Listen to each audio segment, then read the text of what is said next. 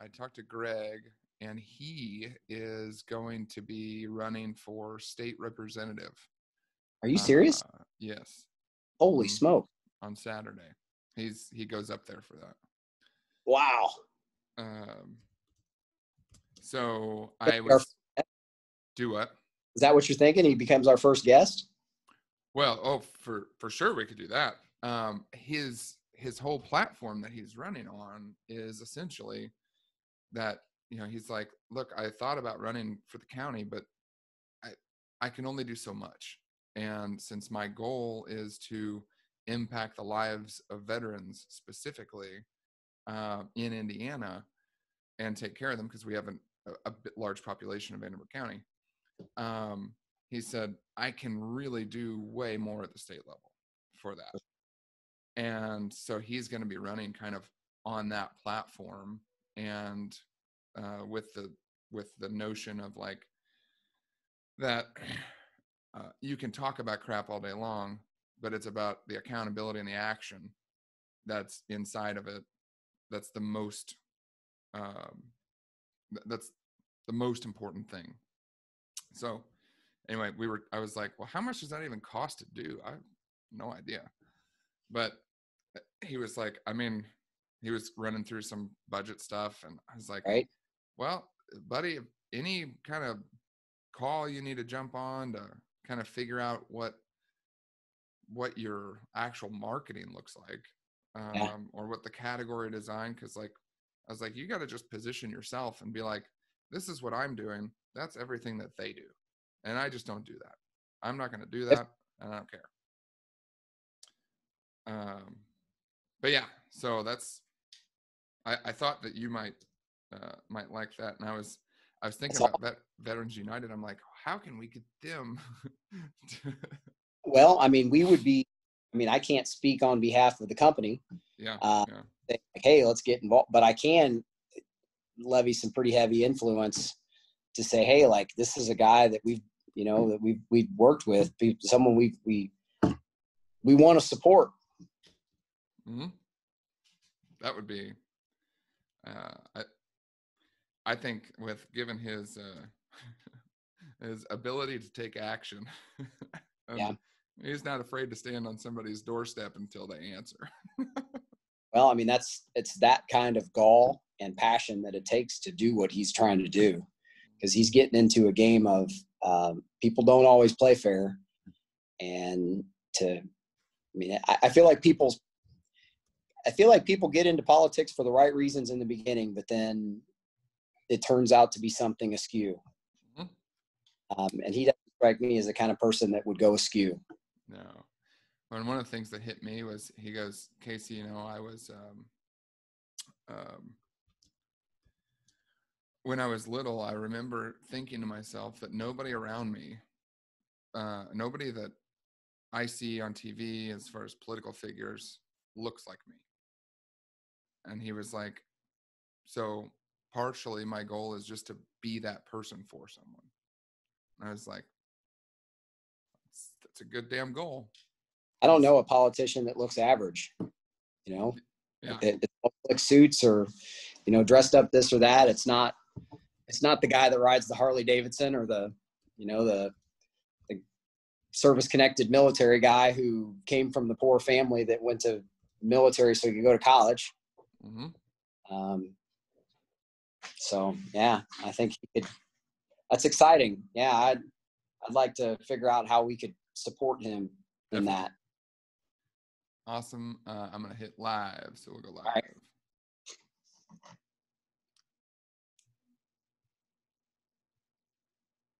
I think that we're live. I got a live icon on my phone that I have never seen before. It says live on Facebook. So I assume that means we're probably on Facebook. That's good. That's good. Mine's still loading. So, it's like whenever you do these things, it's kind of like a 15-second delay. Yeah. Maybe they do that on purpose. Surprise! Recording. I hope you didn't say anything that you weren't wanting everyone to know. Yeah. Oh, that's funny. So today we're going to be chatting kind of about the One Life roadmap. And, last week, Joe, and you were just kind of going through a little bit of what we talked about. Do you want to go through kind of a rundown of what we did last week? Well, so it came up a few weeks ago where you got to talk about, it was at the very end of our call, our Zoom, and you got to talk about your life goal, which I think is it's an awesome goal. It's a goal that I have somewhat taken as my goal too. Not word for word, but it's very similar to where I want to be. And I think a lot of people want to be there. It's the goal of being able to, and you can phrase it better than me, but essentially you want to go anywhere, anytime, with anyone that you want to be with, and essentially not have to be concerned about making that happen. So, that means being financially free. It means being not constrained in any way, being able to just pick up and go, and being able to take whoever you want with you to go if they don't have the means, or if they do have the means, they get to go too. I mean, so it's a pretty lofty goal. So why don't we start with just saying, like, in your words, what the goal is? That way it's clear for everybody. Definitely. Yeah. So, and I stole it from another person. So I think everything in life, nothing is like brand new. You just steal everything from everybody else. Exactly. There are no new ideas, but this one did come with another man in a hot tub. That's true. That's true. For those of you guys that want the story behind Casey and another man with the hot tub, you'll have to watch the previous video. Yeah. But it doesn't sound, it's not like what it sounds like. Just yeah. So I was sitting with my buddy Todd. Todd, if you're watching, hello. But I was sitting with my buddy Todd, and he said that, my goal is to be able to do whatever it is I want to do, wherever it is I want to do it in the world, with whoever it is that I want to do it, whenever it is that I want to do it. And I was like, oh my, well, I don't know what else you could want. Like that in life, if you can do that, right? So that means that you're in relationship with the people you love being in relationship with, and they're along the journey with you. That means that you're financially well enough, you've got your financial house in order and built up enough to be able to do that, and take anybody from your relationship, like you said, that can't necessarily maybe afford or not to do that. You can take them along with you, and it takes a vision, right? Because to go somewhere means you have to kind of know where that's going, and to be able to do that, I just saw Lindsay Miller. Hello. We our wellness, so our actual health, comes into play there, because you can't do like something that I'm running towards right now, literally running, is to get down to 240 so that I can jump out of an airplane. And so that's because that's kind of the 240 is like, you can jump out of an airplane, you can go on zip lines, you can, all that stuff. It has weight maxes. So, and I'm 6'4", so I carry around a lot of mass. But a lot less now than I did 5 years ago, for sure. So that's where, as soon as I heard that, I got all of that. It's like one of those things that it makes sense as soon as you hear it. And it's like, oh my gosh, how have I never thought about that before? And I think it's something that anyone, it absolutely hits you like, wow, I wish that were me, or I wish I could have that, or I wish I could do that. You've heard me talk a lot of times about the American dream, and how I feel like that the media and just in general, the world that we're in right now tries to stomp out the American dream. Statistics that support showing that most of the people that are starting new businesses in America right now are folks that are immigrants or second generation immigrants, which is perfectly okay, except that it shows it draws a conclusion or a thought that we don't see it, that Americans here, we don't see the opportunity that's right in front of us. And it takes having a vision. It takes having your financial house in order. It takes having all that to have what you're talking about, which is essentially the American dream. Yeah. It's bettering the lives around you. It's bettering your family, your family tree, all that. So the One Life to Live roadmap. So you got your goal that your buddy had in the hot tub, and basically then you applied the One Life to Live roadmap to it to give you a framework of this is what it's going to take to get there. So talk to us about the One Life to Live roadmap. I know that you've recently got a certification for that to be able to discuss it and talk about it and teach it. So talk about what that looks like and how that framework exists for you. Yeah. Yeah. So basically you're exactly right. And One Life is really, I was introduced to a few different people right at the same time, but One Life was one of those organizations, and it's called One Life Fully Lived. And their tagline best sums up what they do. And it's dream it, plan it, live it. So you help people dream the life that they want, and then you help people plan for that life. And while you're doing all that, you're living life, because as we all know, life doesn't stop just so that you can make some plans and and move forward. Right. So sometimes it takes a little bit of time to get from where you are today to where that vision of the future is for your future self. And so really the roadmap is how you get, and I actually have one. These just came out actually. But this is the One Life Roadmap Journal.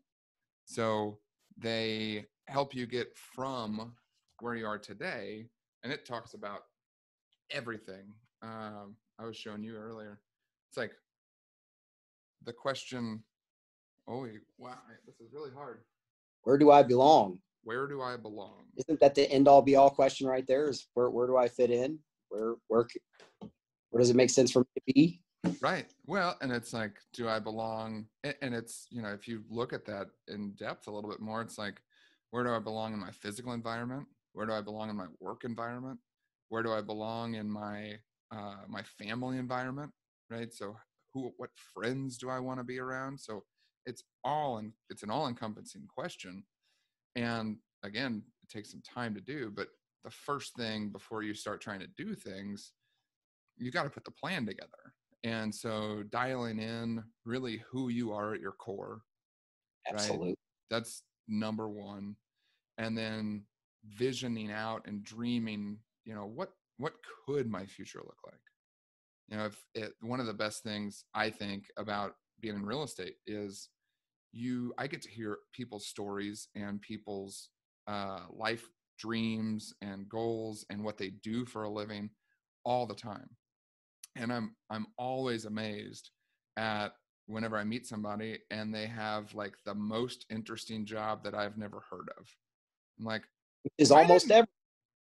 yeah, like why didn't anybody tell me that, yeah, you meet a doctor and whatever, and you meet a attorney and awesome, and yeah, you got to go to school for both those things, but there's all these things out there in life that you don't have to go to school for, and you just have to find somebody that could mentor you on that thing, and you're boom right on the path.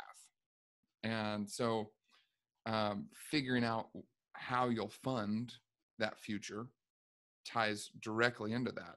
So because what your mind, body, and spirit all look like, they tie directly into finding out how you're going to fund your future, the thing that you're going to do. And we talk on the actual roadmap of the fulfillment triangle. And I think we talked about this a couple of weeks ago, and feel free to go back and listen to that video. That's where your passion and your talent meet an opportunity in the marketplace. Meaning, if you're passionate about woodworking, by way of example, but nobody cares how great of a woodworker you are because nobody wants anything made of wood, then it doesn't matter.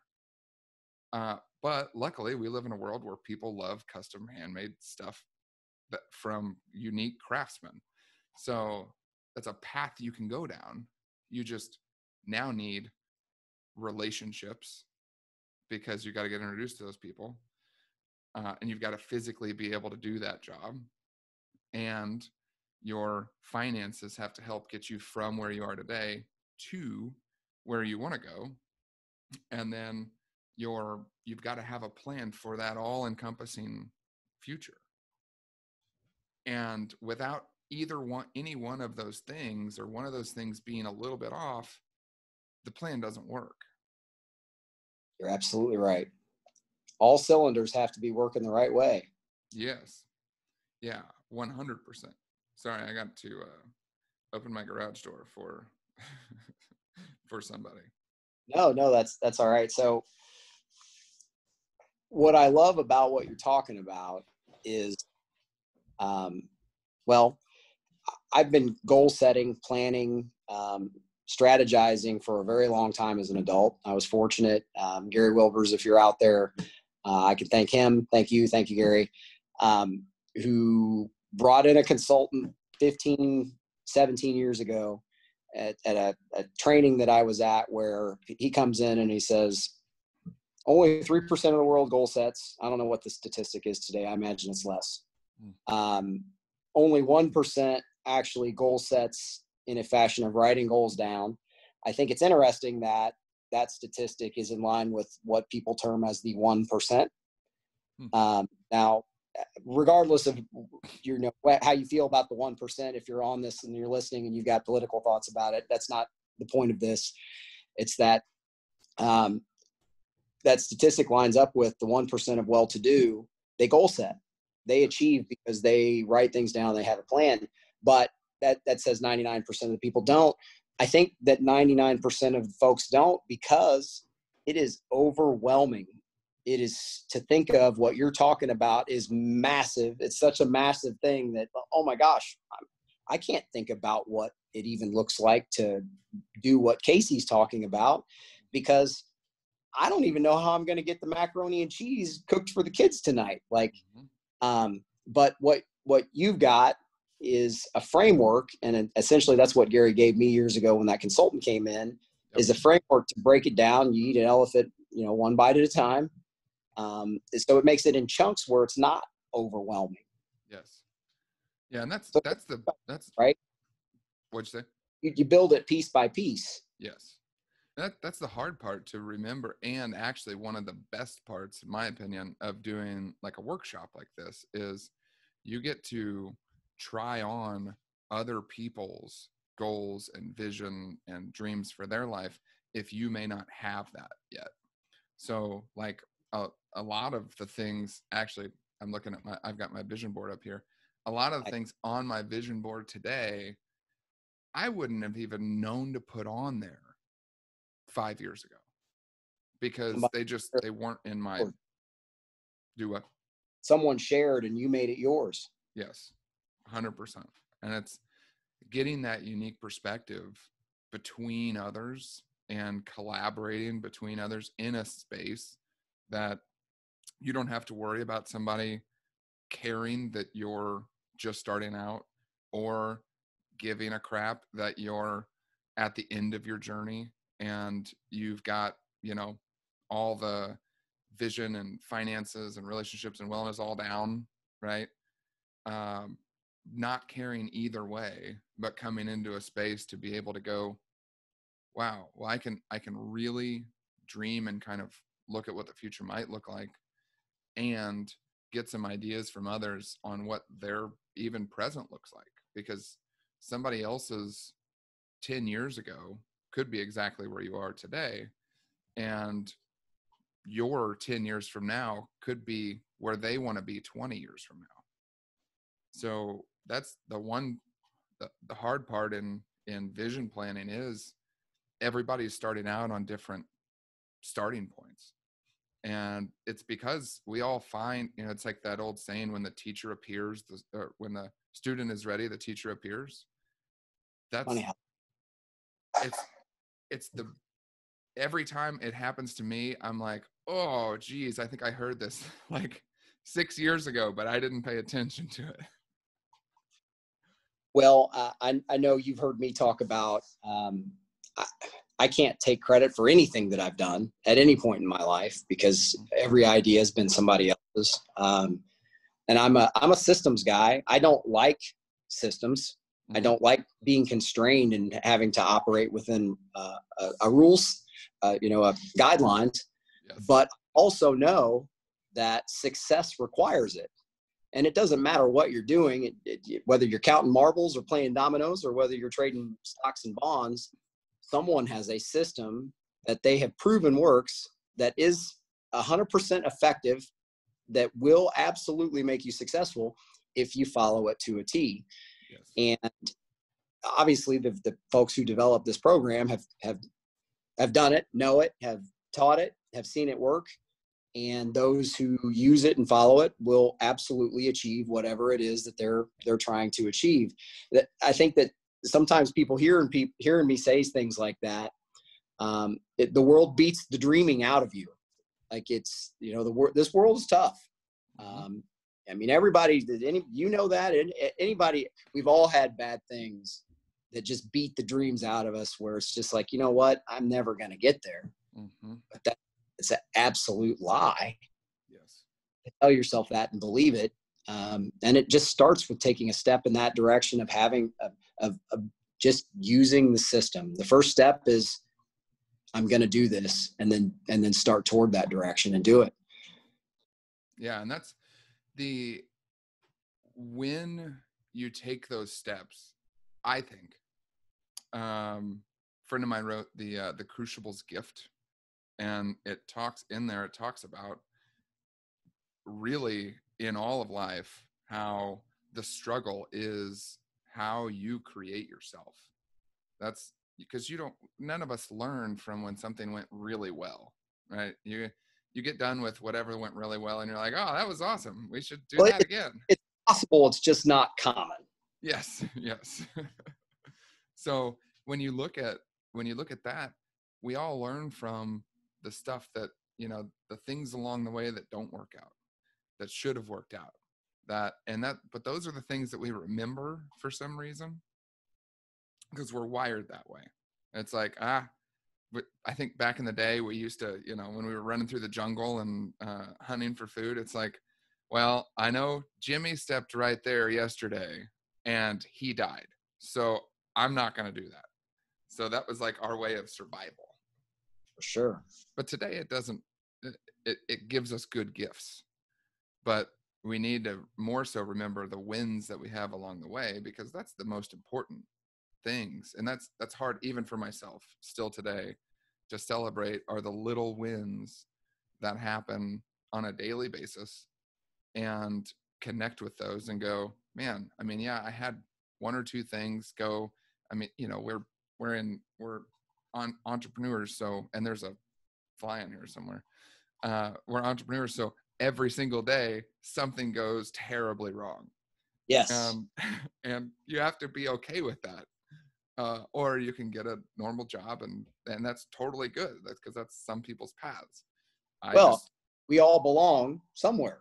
Exactly. And some of us don't belong in the seat of the entrepreneur. Some of us do. Yes. Yeah. But knowing that and really being real with yourself to go, well, maybe that is what I want, but maybe what I want is really to be entrepreneurial. So have the backing of a company or of an entrepreneur themselves, and that safeguard, and then also have the ability to go out and produce and take action. Well, I agreed. I personally believe that anyone and everyone has the creativity in them and wants the freedom that being an entrepreneur can bring. They just may not have uncovered it yet. Yes. So I think that's absolutely a thing. You were talking just now, and I had a thought that, I think there are a lot of people out there that their guidance counselor told them this is what you should be. And I mean, my guidance counselor told me that I was going to be an architect. Yep. Can you see that? An architect. Now, I've done some drafting work in my day. Uh-huh. I back in the day, I worked at a company and did actual drafting, and used AutoCAD and all that fun stuff. But I think anybody that knows me would say, like, "Oh, Joe, you can't be an architect. Like, you're not detail oriented enough, Yeah. and that's never going to be a strength for you ever. And you can't sit still, and you can't stop talking. Yeah. Unless you're listening. I'm a pretty good listener nowadays, but I haven't always been. So I think there are a lot of people out there that are, hopefully they didn't get told that they need to be an architect and you don't fit that mold. Mm-hmm. But I think that happens more often than we know. And then you're 35 or 40 and you wake up and it's like, what the hell am I doing here? Mm-hmm. Yeah. And I think along that same line, there's a lot of people that, and I've been there, where you're going along life and it's like, okay, well, everybody's kind of doing this, so I guess I'm going to do that. And then it's like, okay, well, and you get to a point where you stop and you're like, wait a minute. Do I really want that? Or do I want something totally different? And it's those moments where you get to look back and go, huh, yeah, my vision that I've got here, this has got to change. And it's okay. It's 100% okay. Because that happens all the time, and we all get clues from the universe of, hey, this path that you're going down, this door is going to shut in about 20 feet, but there is another one. And I think the universe, God, whoever, however you want to think, as a great way of inching you towards something that you should be going down. It's like, sometimes it comes from failure. Sometimes it comes from a lot of success, and then you get bored and it's like, well, okay, what's next after this? And most of the time it's right in between most of that. Well, and I think the lesson out of the guidance counselor, and you throw that in a pot with everything that you're saying, and it's not the guidance counselor's job to tell you where to go. And it's not, if you let the chaos of the world, Dave Ramsey talks about, if you don't tell your money where to go, it finds places on its own. Your time is no different. If you're not allocating your time and intentional, then it's just going. And then it's exactly what you said. You do end up somewhere, and it's like, how in the hell did I get here? There's that song, Bob Seger, Against the Wind. There's the verse that says, surrounded by strangers I thought were my friends, I found myself further and further from my home. I think that happens a lot with folks. We wake up and we're someplace that we don't know exactly how we got there, and it's not a fit. We know it's not a fit, yet we're still there every day. So I think it is, you got to take ownership of yourself. Your guidance counselor shouldn't be telling you that you're going to be an architect. You should be looking at, inflectively, taking an inventory, like what you're saying, and really defining out what's your life. I don't want to use a beat up term that's been overused, but a life mission. And I'm sure there's in your roadmap, there's a summary of who you want to be and what you're defined as. But it's a litmus test of, this is what I'm trying to live up to be every day. And this is the person I'm going to try to be to get there. And here's the framework of the roadmap of what I'm going to use to get there. And anything other than that, anything else is just floating. It's like Forrest Gump and the feather, just kind of floating around. Now, fortunately, it worked out for Forrest, but I don't know that it works out for everyone like it did for Forrest. So, no. Real quick, I noticed on that book, I don't know where we're at time-wise, on that book that you showed a second ago, it said adult on the front, which implies that there is also something other than adult. Yes. Okay. So there's a student edition. Okay. And that's typically, and it's been taught at middle schools. I don't know if they've done any grade schools, but for sure middle schools, high schools, and right after they graduate, right after kids graduate. Wow. So sometimes the universe is speaking to you, or God. I'm a Christian. God's telling me that this was supposed to land on the spot, because we were talking about the guidance counselor who told you that, holy smokes, like, where would I be today? What would be different about me today if my guidance counselor had said, you know what, I'm not waiting to talk to you until you're a senior. Here's 7th, 8th grade. Here's this book that's the student edition of what this is. And this is your homework. Do this. Mm-hmm. And it's something that you get practiced in, ingrained in, part of you and your culture of who you are.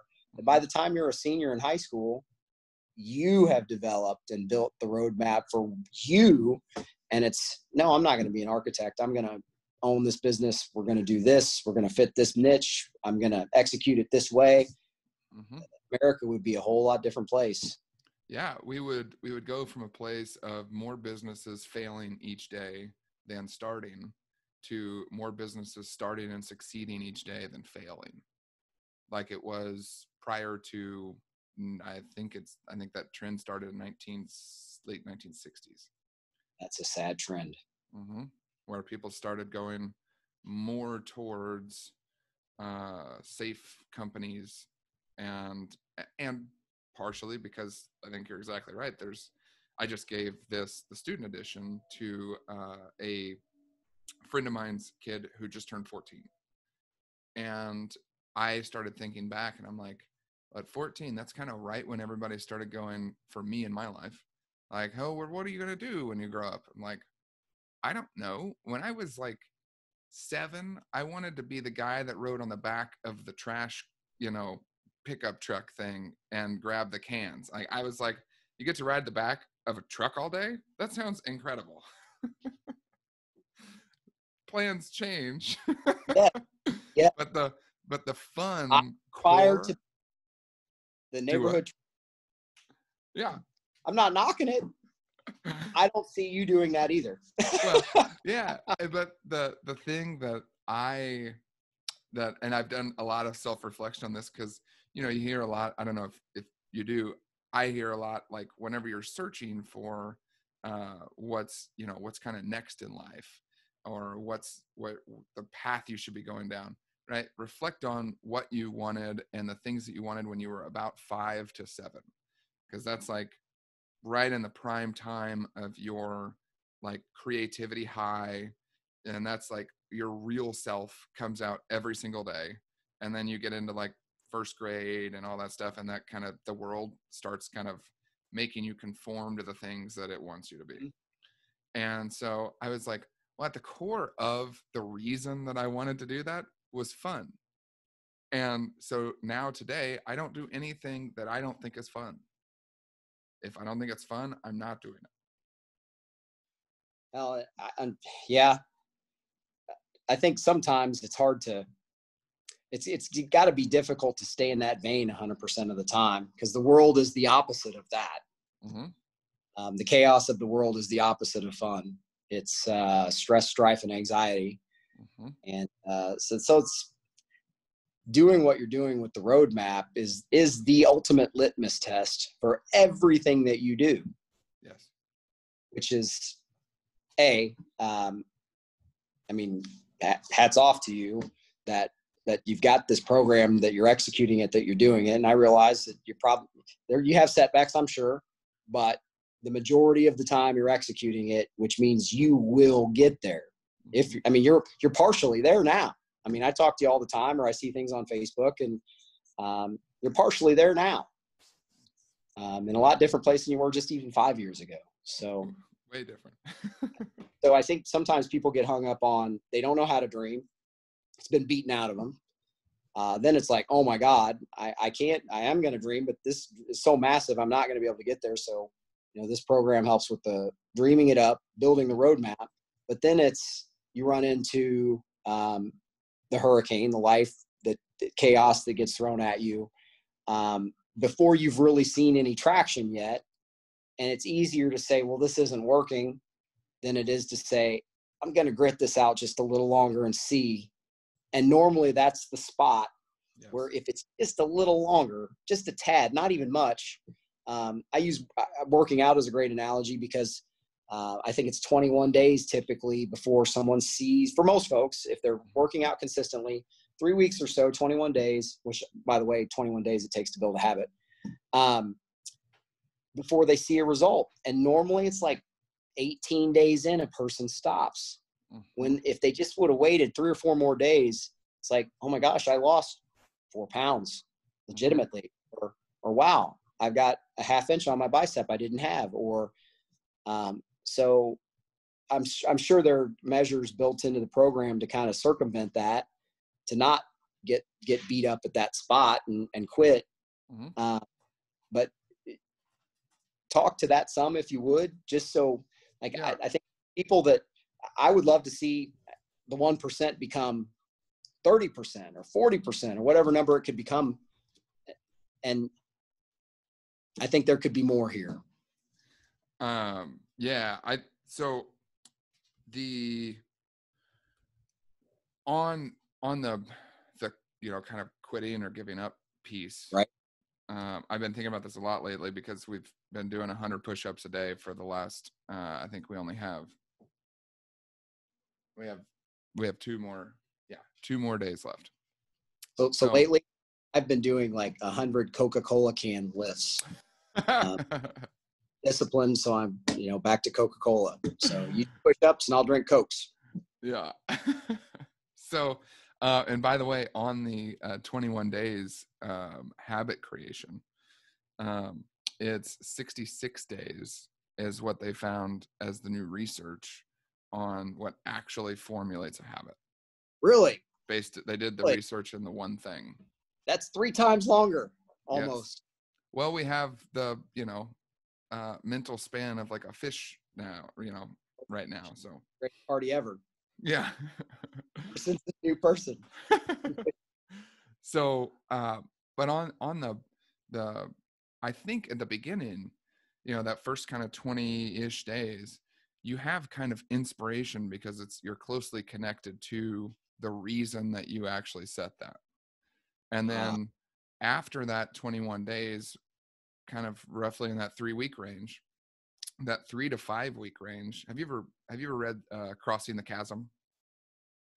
It's a startup book, but they talk about how there's, you may have encouraged me to read that at some point. May have read. I'm not sure. So I equate it to that, where there's this chasm in between the people that get to and make it to 66 days and the people that give up at 3 or 4 or 5 or 6 weeks. Because, when we were in the throes of that kind of chasm a couple of weeks ago, and it was like we went out to Sedona, and I was like, let's furlough a day. And that was like the first time that we had done that. And then we had, it's been like an urge to do that since then. And I think we've done it one other time, but it was okay. And so this has been really fresh on my mind, where I'm a lot further away connected to the reason why I started. And so now I'm like, well, I've got to do it just to finish, to hit 66 days, instead of losing out right there in that momentum path.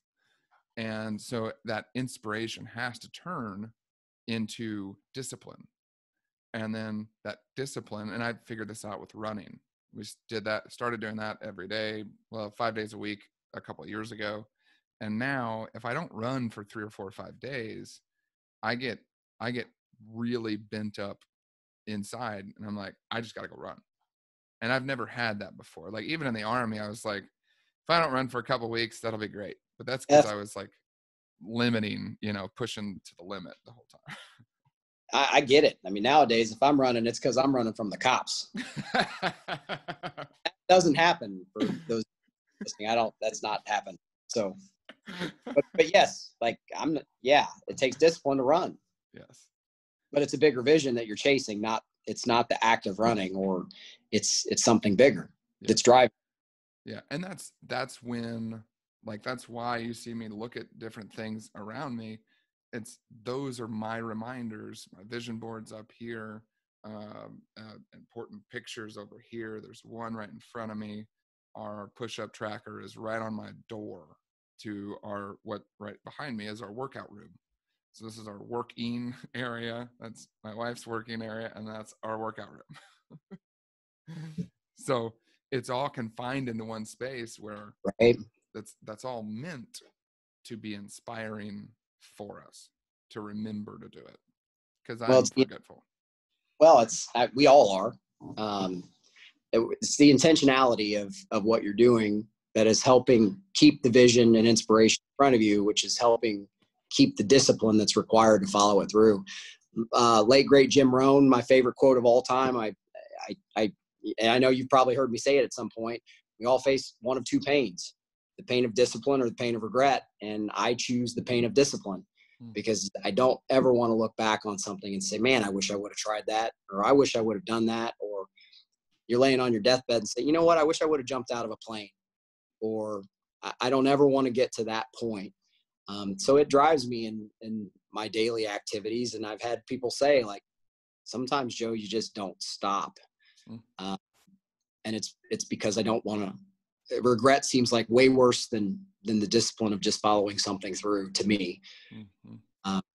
So anyway, you have got an event coming up. I don't know. Are you going to make this thing? I know you talked about me doing this, being part of the program with you. Well, taking the program, because I think it would fit me. Very much something I'm excited to do. I don't know if it's open to the public or is this closed? Yeah. Okay. So because it's the first one I'm going to be doing. So normally we would charge like about $100 for a 90-minute workshop. We're going to do this first one on Zoom, and I'm going to waive that. So it'll be totally free on July the 11th at 10 a.m. It's a 90-minute section, so it's not going to take up all day, but just about an hour and a half of your morning there on July the 11th. What day is that?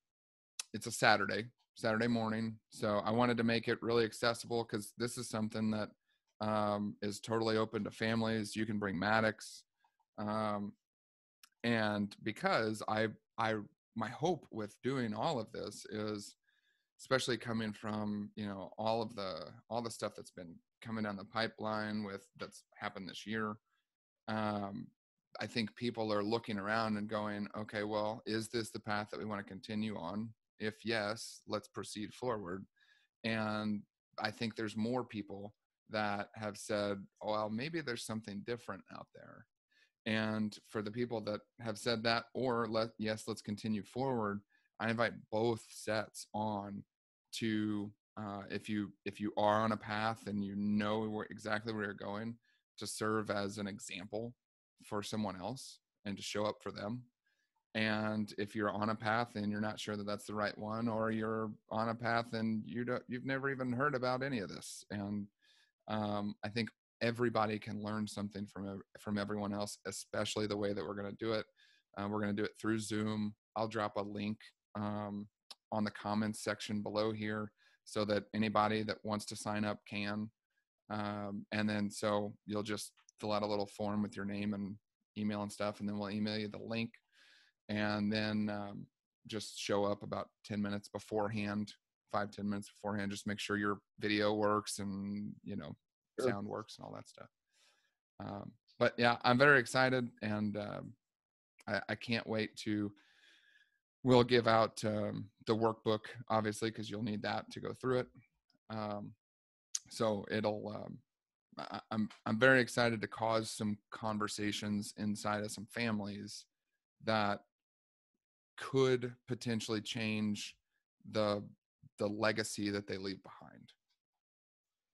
Well, I mean, that's something that I talk about is, people don't remember how much money you left, or people don't remember, that you like Starbucks coffee, or that people remember the legacy. And if you think of your life in terms of a legacy, it's a whole different perspective of approach.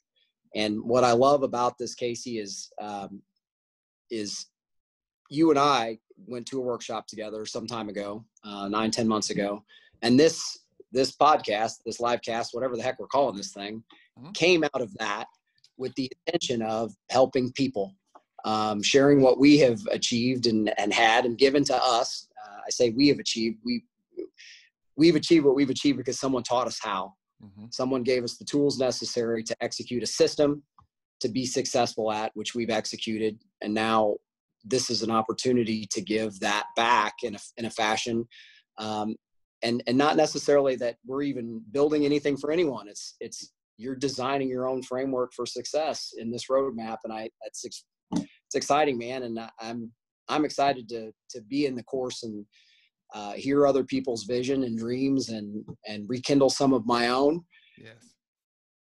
Yeah, it'll be good. So I would encourage anybody out there that's paying attention to this, do it. I mean, there's no time like the present because tomorrow's not promised. So start with your legacy today or July, I suppose. Yeah, July 11th. Or you can start today and then be ahead of the game. Not a prerequisite, but yeah. And if there are folks out there that if you've done something before, you failed at something before, and they've got some bad taste in your mouth about it, or discouraged about where you're at, that doesn't mean don't continue to grow, learn, and try new things or do something different, or to look at this and say, well, that's not for me. Failure is a good thing. You learn from it. And your whole life, like growing up, it's like failure seems like a bad thing. But as an adult, it's like, you know what? I'm going to fail as much as I can. Because every time I learn something new and good and better, that makes me better for the next time. So do this. Like, it's worth your time. Yeah. That's awesome. I appreciate that, Joe. And yeah, that's the weird progression of a very fulfilled life is just a bunch of failures until you look back and go, well, how did I get here? If I failed that many times, it doesn't seem possible. Yet here I am. Yes. Awesome. Thank you, Joe. Well, I appreciate all you guys that watched. I hope to see you guys on July 11th at 10 a.m. I'll drop the link down. Awesome. All right, Casey. See you, bud. Talk to you soon. Thanks, buddy. See ya.